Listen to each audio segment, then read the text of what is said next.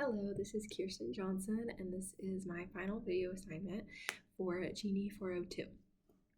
All right, so as I started this class and came into this class, I was looking through it through the lens of how can I manage my students, my future students, and how can I be a leader in the sense of controlling them and using them as a working unit.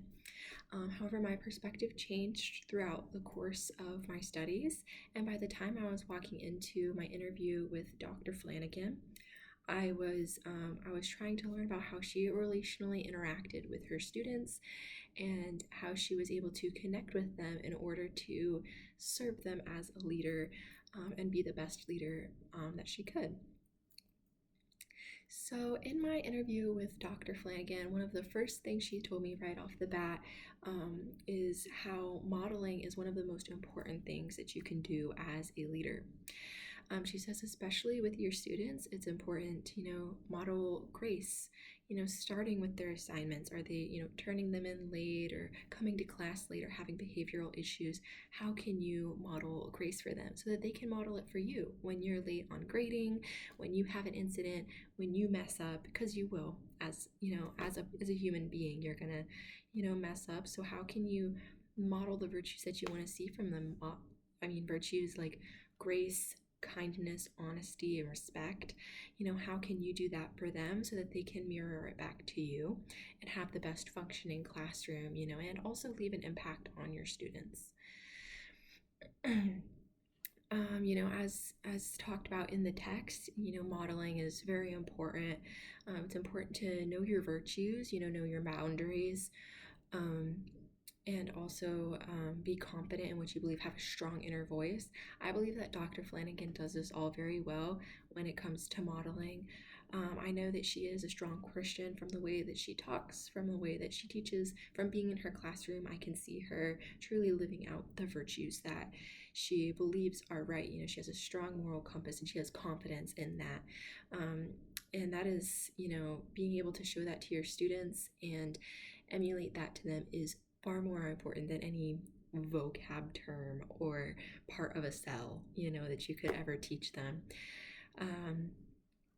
Also, from my interview, I can tell that Dr. Flanagan is really a people person. We were talking about her strengths, and she said one of her top strengths is her woo, which she described as kind of like a personability, with other people, peer to peer, peer to superior, to student, or to whatever, having that sort of self confidence and ability to kind of interact with people.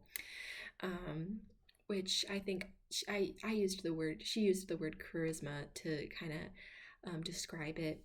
Of course, charisma, as we've learned, is a bit of an ambiguous term, but something that's really sought after for leaders. It is what makes leaders, attractive and desirable to their teams. However, it is a bit ambiguous, I know as a natural introvert, as someone who is a bit more shy, sometimes I can struggle to kind of have that outgoingness, the gregariousness, to kind of interact with new people, to have that level of, charisma, for lack of better terms. So I know that's something I'm really going to have to work to pursue. In the text, something that really stuck out to me was that people who are labeled as having a high charisma oftentimes just have more lively facial expressions and body language. And I think that maybe over time, as I grow more confident in myself, I'll be able to start to emulate some of that. And even if I'm not, feeling my most confident, maybe I can give off those airs and make people feel comfortable. Because I truly, I haven't even started teaching and I already love my students, so I hope that I'm able to express that despite my shyness and my natural introversion and reserved tendencies. Another thing that stuck out to me throughout the course in the Power of Emotion and Leadership video that we had in week 5, Craig, the man who was doing this speech, he was talking about how, using stories and being vulnerable with your team is can really help to engage people on an emotional level, which I think is really important. I also do struggle with vulnerability a bit. So I'm hoping over time I can get more confident in telling stories that are a bit more vulnerable. That is something that Dr. Flanagan also talked about. It's like sharing stories, especially about your mistakes, but also about your successes, to help students not make the same mistakes as you, but to learn from what you've done wrong over time. So I think that's something that I'll really have to work towards and strive towards. But I think through time, and the longer I'm in a leadership position, I'll be able to emulate that and kind of perfect that. But yeah, in conclusion, I learned from a lot from Dr. Flanagan. I saw how the principles in our text and the model that we learned about this quarter can be used in the workforce.